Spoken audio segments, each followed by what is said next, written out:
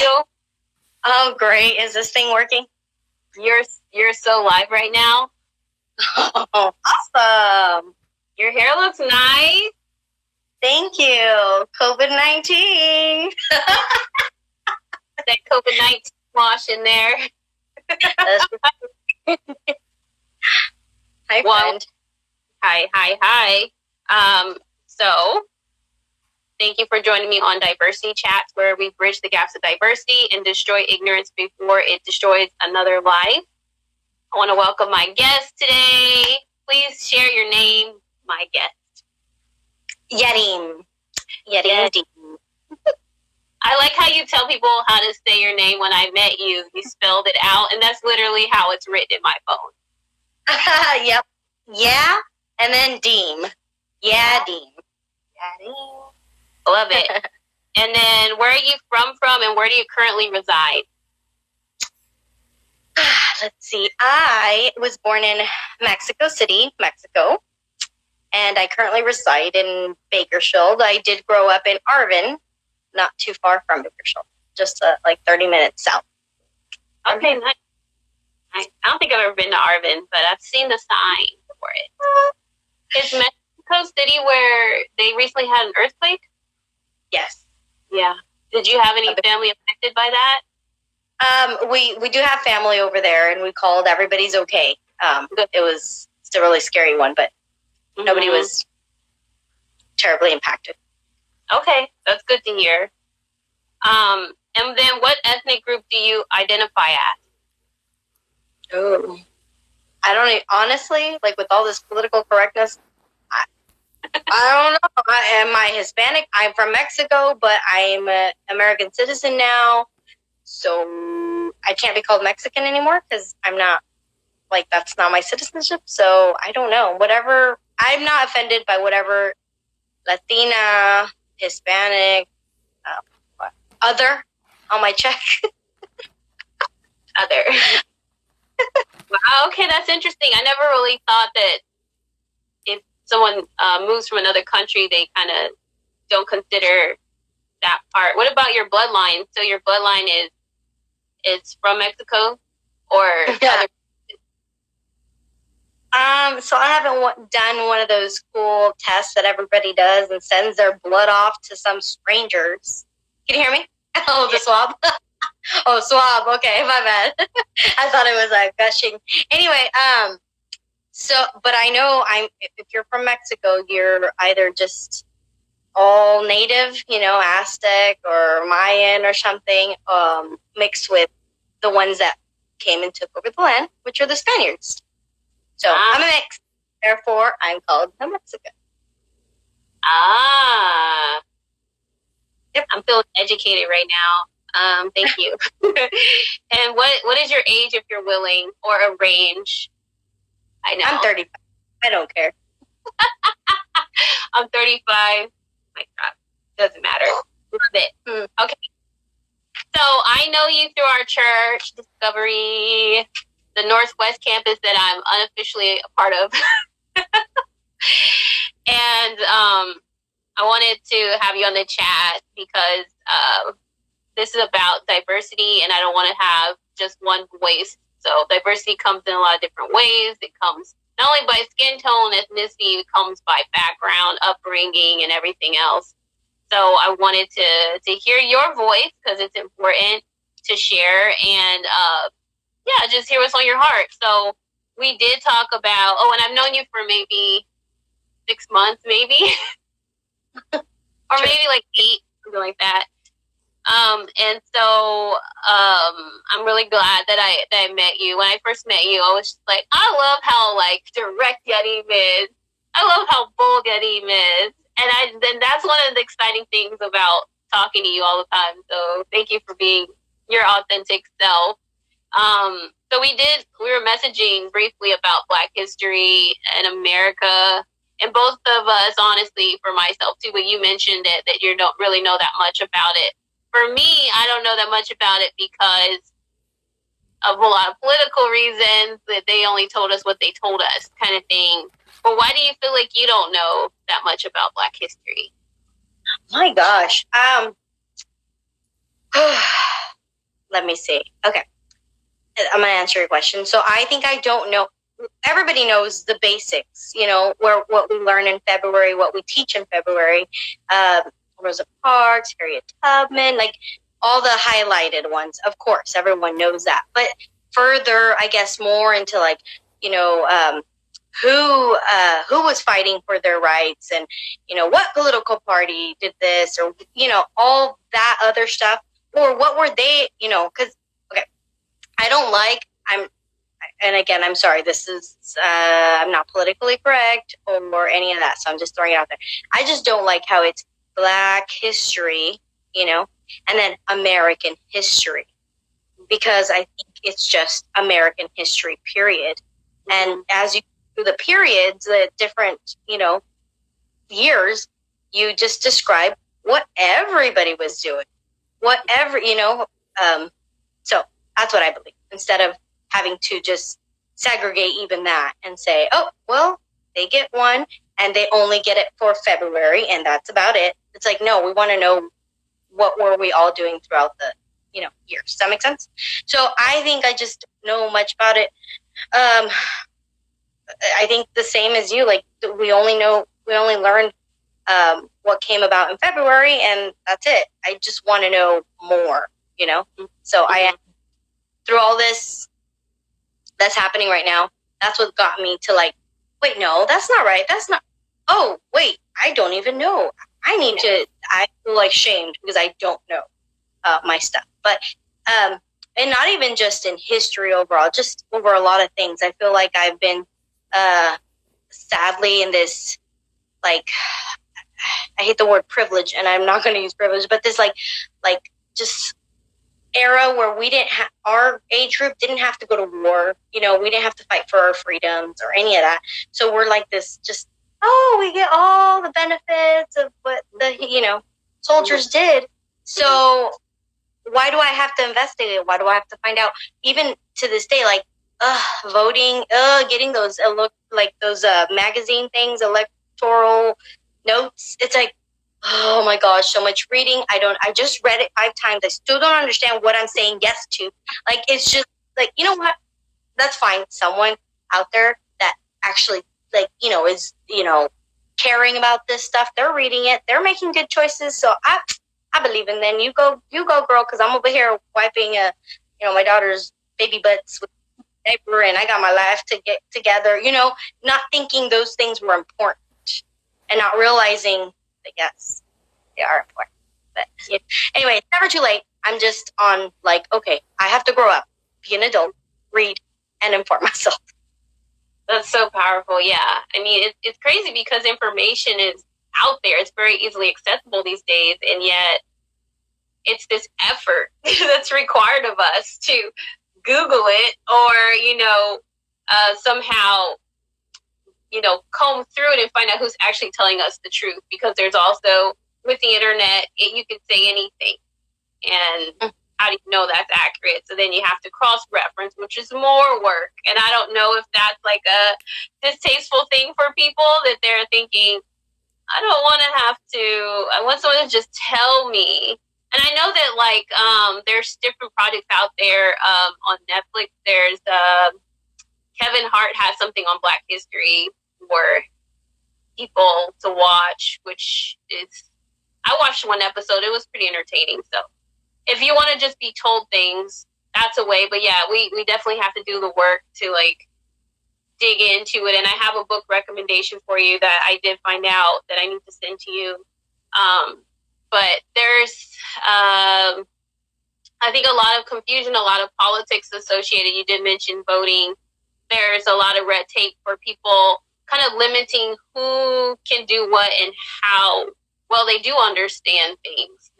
Things are written in puzzle form for a select group of people to be able to thrive in that understanding and then leave everybody else in the dark. So I could see how that would be like kind of a turnoff or whatever. But I do appreciate that you want to learn, and I know that you're a teacher. So I'm curious, when you are doing your studies to get your, I guess, to consider certification, what did they teach you about Black history? Or do they teach teachers what to teach and then they give you books and tell you what to teach on? Or how's that work? Yeah, it's basically curriculum that the district will provide for you. And again, okay, so I should preface this that I am a reading teacher. And in reading, I am only teaching like phonics. So not an English teacher that would, maybe have a into like reading the passages on history or something like that. So it's very, I don't know, like centered on just stuff like that. But yes, with our credentialing program, which has been, I don't know how many years now, it's all the basics. Like I said, we know the basics. Mm-hmm. And I want to know, the deep rooted stuff, mm-hmm. not just the basics, The best. What do you think it would bring to you to know more? Like, what would that change for you if you knew more of what happened and the truth would change? Well, for one, I think it would help me with voting because it's so confusing. It would help me with voting to know even on the different parties, and which I took political science, and I remember being all fired up in college and be like, yeah, this is amazing. Like, we can't be too far right and we can't be too far left. And a good democracy or whatever is to be in the middle, to have some of this and some of that, So it's like, so right now I'm just kind of like, I obviously turn more into the Republican because I am a conservative, because my values are more conservative. I follow Jesus. I didn't do that in my intro. I'm sorry. Can I do that real quick? I just want to say that way people can see my views. My perspective is all based off of that. I am the two kings. I know it's like bragging, right? But it is. Jesus is my one and only savior. I don't have any other saviors, and I make mistakes, and I'm covered by His grace. Obviously, not like I'm going to make a mistake and then He's going to cover me, but I know that He's got my back. So with that being said, that's why I tend to do that way, because I do believe in those things, because that's what the Word of God, when it comes to different points on voting for this or that or whatever, like abortion and things like that, I will tend to go that way. I still haven't figured out which, right now, this Democratic Party that we're having, never learned about that one. I have no idea what that is. That's kind of scary. So that's why I need to learn and I need to know more before I can do something. So, yeah. I tend to go like this. And I'm curious, like, how would, like, once you know more about, like, Black history, how would that change you? How would that change your perspective or anything like that? If I knew more. Yeah. Like, what's the benefit of knowledge? Okay, so I was just reading a Scholastics little chapter book with my daughter on Harriet Tubman. And again, that gives us the surface. But I thought it was so cool, like, to be reminded of, like, the little details and, and then at the end it tells you a recommendation or a book that her friend had written and gave her some of the proceedings, and she was able to buy her first house. But anyway, so I would like to know more about Harriet Tubman, and maybe I don't know, after reading more of her life and what she did, or not just her, but all our Black Americans, then I could kind of apply it to today. What would they be doing now? Like Martin Luther King, what would he be doing today? Where would his stance be? So anyway, but I don't know. And to talk about that, talk about politics, movements, and even history, like I said, I'm ashamed of not knowing well, would be kind of foolish for me to be like, in my personal opinion, because it's just, it's silly. I'm ignorant in that sense.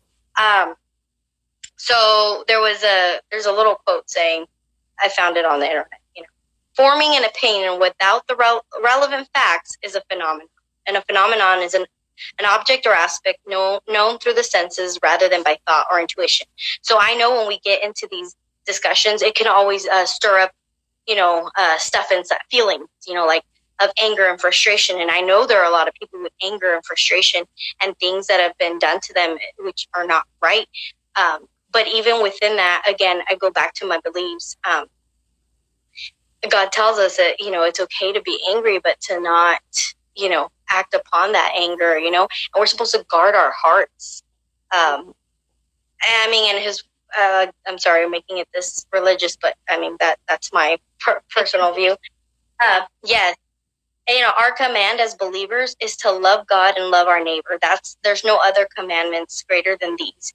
And that's regardless of anything, race, color, political views, medical opinions, life choices, anything. I'm going to go drastic and crazy, like even as far as rapists. That's terrible. They're terrible people, Their sin is terrible. But he calls us to love them too, Mm-hmm. So that's just my belief. If everybody, and again, our country, and that's another thing I want to know more, not just on Black American history, but the founding fathers or whatever, all the other history. They say they based it on Christianity and on Jesus. It's like, did we push away from it so far? Because I understand being super religious, because I was one of those, not one of those, but one of the people that was so like Pharisee-like, and like everything had to be black or white. And I'm in my boundary. I'm doing okay. I'm doing better than that person. Just that was my view for the longest time. And even though I knew Jesus, I didn't know Jesus. I didn't know his grace and his love. And maybe it's good that we've gone away from all the strictness and the putting of the rules and boundaries. Like, you're no longer good because you committed a sin or whatnot. So I'm glad that we're away from that. But I think we've gotten so away that it's like separation of church and state, separation of this, separation of that, whatever, to where now it's like, be free, do what you want, kill, I don't care. That's what you feel to doing today. Go for it. I feel like we've gone so far out that it's like, oh, Jesus, if everybody would just truly believe in him and, read his word, it would calm our fears, our anger, everything down. And we would know that he's already saved us. He's already paid the price. Paid the price for us, So, man, it just, but again, that's just the believer side of it. And I know not everybody's a believer. And again, we are all entitled, I guess, to our feelings and to how we've been treated, but that's my own concern, No, yes. Sorry, I kind of interrupted my own daughter. Yes, please don't come back again. Thank you. I love you. Don't come back. So anyway, so that's my. I don't know if it made any sense, but here's it. Okay, go. Anyway, so yes, that's my thing. No. You have a guest with you. Hi, beautiful. Do you wave back? Say what? Wave back. Wave back. Hi. Get treats with the leaf. I'll tell her give you strawberries con crema. This is con crema. No. And others are so smart. No, please. See. Yeah. Let's see. So anyway, back to my quote. I'm sorry, I'm going everywhere. I can't form an official opinion, and I'm already, saying everything I'm saying. But those are my beliefs based off of what I've learned so far, and I need to learn more. So I can't do a blanket statement from, not even from my own culture. I can only do it for myself. I don't think it's right to say on behalf of all the Hispanics here, blah, blah, blah. Like, no, everybody has their own. So no, I will not. So if you have any more questions, if you don't have any more questions, I can tell you a little bit about how my upbringing. And, upbringing. Yeah. Again, it was a Christian family home with mom and dad picture, and we migrated here when I was 5 years old. I went into school English only, so I had no idea what they were saying in kindergarten. But it's okay because that's when language is being developed at that time. We were the little town that we arrived in. It's not town; it's a city. People are gonna be like, "It's a city," but we only had one traffic light. Just FYI, okay? Wow. We never had three. I say we like if I still live there, but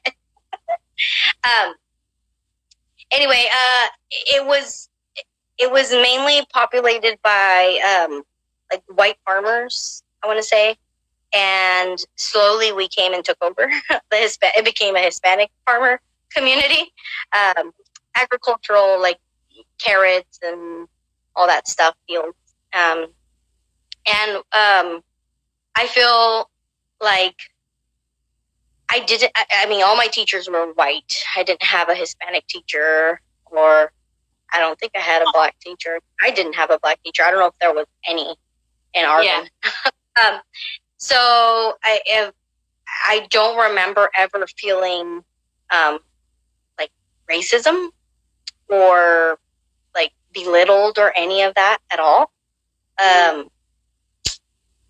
think honestly, and I hate to talk bad about the deceased, but even if she were here today, I would say my grandmother, she had more of the Spaniard blood in her, and so she was pretty light complected.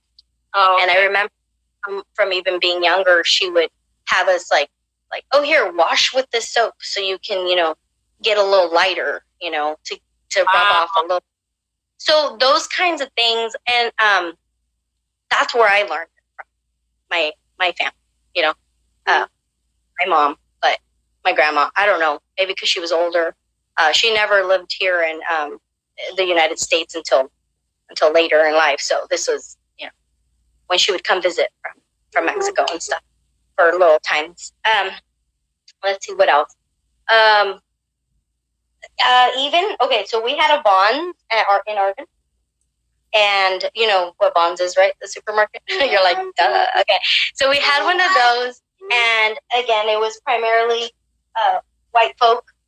Yeah, I don't even know if I'm saying it right. Should I not say white anymore? But just Caucasian. I don't know. Anyway, I apologize in advance. And they were like very sweet and kind and nice from what I remember, even towards my mom, which she had no English, very choppy English, and everything was great. And then slowly but surely we started to, can you close the door, please? It's okay. You can leave it there. We started like taking over, and as people might like be upset at me for saying, but we had more workers there that were, I guess, my color. I wouldn't say they were same exact place where I'm from. They may have been already born here, but they were obviously not white. And they were the ones that really were like the rudest towards more Hispanic looking people. And that's weird to say Hispanic. Like more, if you were more native looking, they treated you not so nice. Who's the workers at it turned from Bonds, it turned into Ranch Market, which it's now Vallarta, and you've heard of Vallarta, right? Yeah, I love it. Anyway, Vallarta, yeah. Well, before that it was Ranch Market. Anyway, so whenever the white people left, more of the Hispanic people obviously took over those jobs. And they were the ones that were pretty rude. I'm not going to say all of them because that's rude to say all of them. But the encounters that we had were not the kindest or nicest. And again, my had choppy English, So they would like make fun or poke fun, or they were just really rude, like what I would call racist, or being, just because they didn't speak it well, or they would overcharge people, and then people would come to my mom and be like, oh, I didn't buy this. And my mom, even though her English was, she'd just come to America. It's terrible. She didn't care. She kind of, I don't know, she was just built on being so courageous and brave. And she'd be like, no, I need to speak to your manager right now. Tell me where in her basket here do you see blah, blah, blah, blah, blah. Like she had no, you know, and I'm not saying, I think it has to do with, she had an education, you know, in Mexico, and not everybody does. So I don't know if that gave boldness or whatnot, but they would, when they would see my mom at the store, they'd be like, can you please come help me, please? You know, things like that. So again, the racism that I feel, if I can call it racism, that I felt is through my own, you know, people. And like I said, my own grandmother. So I don't know. There's like anyway, tone thing. And you said like, not just by complexion within the culture, but also you're saying it's by the language people speak or how ethnic they look. They were judged. Is that what you're saying? Yes. I think it's important to acknowledge that, because there's this us versus them mentality, like, well, specifically like with the Black Lives Matter, it's like black versus white, but I'm like, there's a whole bunch of other people in the world, and you know, there's this thing where people are overlooking how black people kill black people and white people kill white people. So you're talking about Hispanic people or people brown skin are coming after, or let's say South American descent. I don't know what to say either. People are coming against each other, you know. So it comes down to, and we talked about faith quite a bit already. It comes down to the heart of man. At the end of the day, it's not what people are their hearts wrapped in, the skin tone, but it is like who someone is on the inside and how they're going to treat people based on their heart, right? How do you feel about what I said? Yeah, I agree. Yeah, like you said, it's a racism. It can't. I mean, you can't just say, you know, like you said, black versus white and things like that. It's a condition of the heart, and it's evil. You know, it's an evil thing. It starts at home, and it starts with the people that, you know, are around you, and that's. I don't know. I don't know if there's a legislation or a law that you can say thou shalt not be racist. You know, I don't know what the solution is. That's an integrity issue, so it's hard to enforce, I think, because when people aren't watching, you can do whatever you want. Same with the speed limit. You're like, there's no cops, so I'm gonna go with a law or without a law. If your heart's wicked, you're going to pick wickedness. And I know that you are. You're in an interracial marriage. So what is that like for you? And also, what are you teaching your girls about diversity? It's a good question.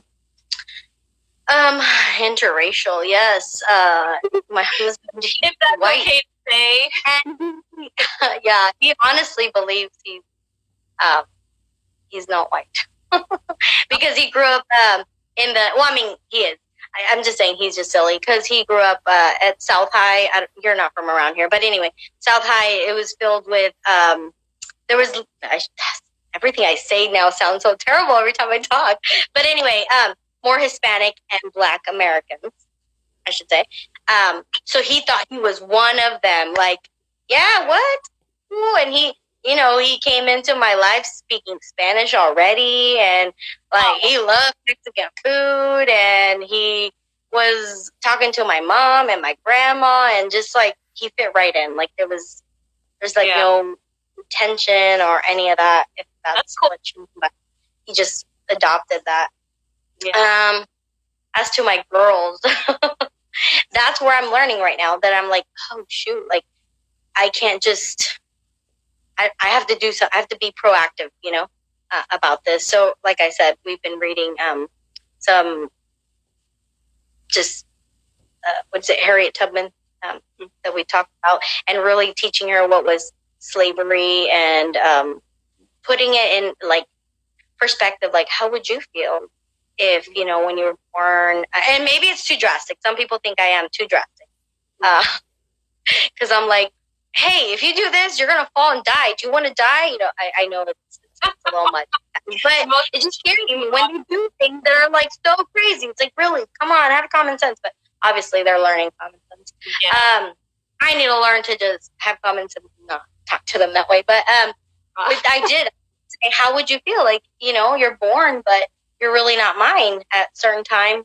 Because that's what happened to Harriet. Like, she got rented off to another plantation to do XYZ or to do this, and then you won't see me. And, just making her, I guess, feel the feels like, oh no, that would be terrible. And crying, sad, or all these things, just so we can see. And that's why I think history is so important. We need to talk about it and not hide it, there, because we can learn from it. So we don't do it again.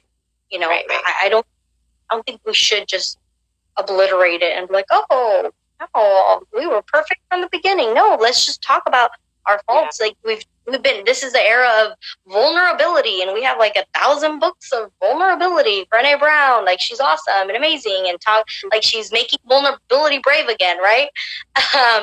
So it's like, why can't? Oh yeah, there you go. Dare to lead. So it's like, why can't we just be vulnerable about our mistakes? See how okay, this happened. And something I learned from that Scholastics books from Harriet Tubman was that obviously the Underground Railroad, I knew it wasn't a real railroad, that's for sure. But just knowing that there were white people helping them, and there were white people that believed in their hearts that this was wrong. So we can't just say, oh, America's terrible because we had slaves. Not everybody, we can't just put this blanket statement on everybody, like let's learn and move on. Let's learn and not do it again, when it comes to legislation and things like that. But again, racism, it's at the root, from the heart, and only, I'm going to read this. It's really quick. Romans 2. Oh, so we're doing a Bible study on Philippians. So it's teaching me a lot. And it's helping me with my anger issues, like with what's happening right now. So it is really awesome. And it's helping me because God's shaping into like what should be my response. Not hearing what my friends think I should respond, or what, my duty as American is to do, or you're Hispanic, so therefore you need to be on this side. Like, no, I disvowed. Once I accepted Jesus, I am a citizen of heaven now. So Amen. I disvowed citizenship to anything else, anything. So what does he tell us to do? Like, our purpose is to go and spread the gospel, go and save people. And on one of the ones, we were led to Romans 29 on circumcision, because they got into like, oh, you're only a Jew if you're circumcised and this and that. But it says, no, a true Jew is one whose heart is right with God.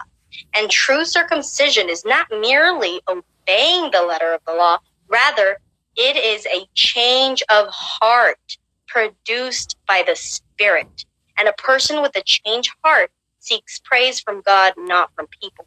Now, if we all would do that, all of us, we wouldn't have these battles and these crazy things. But again, they want to separate church and state from everything right now. So it's sadly, I don't know what the solution is without God. Without God, I don't know what their solution is.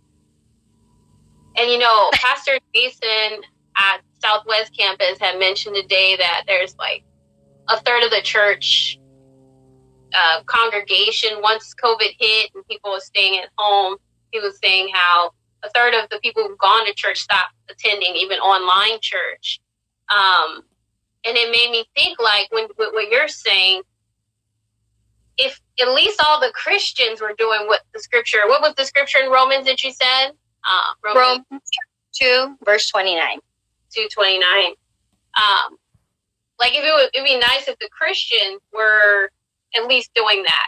Then we could definitely see the impact and the change. And what's shocking with that third of the church or congregation not showing up anymore makes me wonder if those are the ones that Jesus said, many will say, Lord, Lord, and I'll say, depart from me, for I never knew you. So there's a lot of people who are calling themselves Christian, and then it doesn't go in beyond what the title that they were carrying is. And for me, noticing how some people have responded to the injustices against Black Americans, I beg the question, are you more Black than Christian or more Christian than Black? And it sounds like what you're saying about Hispanic and your identity being not like in earthly geography of loyalty, but to heaven, that you're saying you're more Christian than whatever ethnic group, you know, the world would categorize you as. And I love that you would say that. And we're pretty much over time. So I'm sorry. That was it's not on you. It's not on you. I'm so grateful to have been able to chat with you today. I'm going to do my closing, and then if you have any closing, go for it. So I just want to thank you, Yarim, for sharing with us, and then everybody who joined. We thank you for partnering with us. Please join us on the next diversity chat where we destroy ignorance before it destroys us. So do you have any closing remarks? I am also discovering on social media that there are a lot of prayer groups and rallies and just hope lifting, message speaking gatherings happening. And it's not just the craziness that we're seeing in the news. Turn off CNN, turn off all that news station. But even in our social media platforms, go and look for hope, you know, and spread hope. That's what we should do. That's Jesus. Good. That's good. I love it. Thank you for sharing that. And look forward to seeing you around in real life sometime soon. Yes. All right. Love you, friend. God bless. See you later.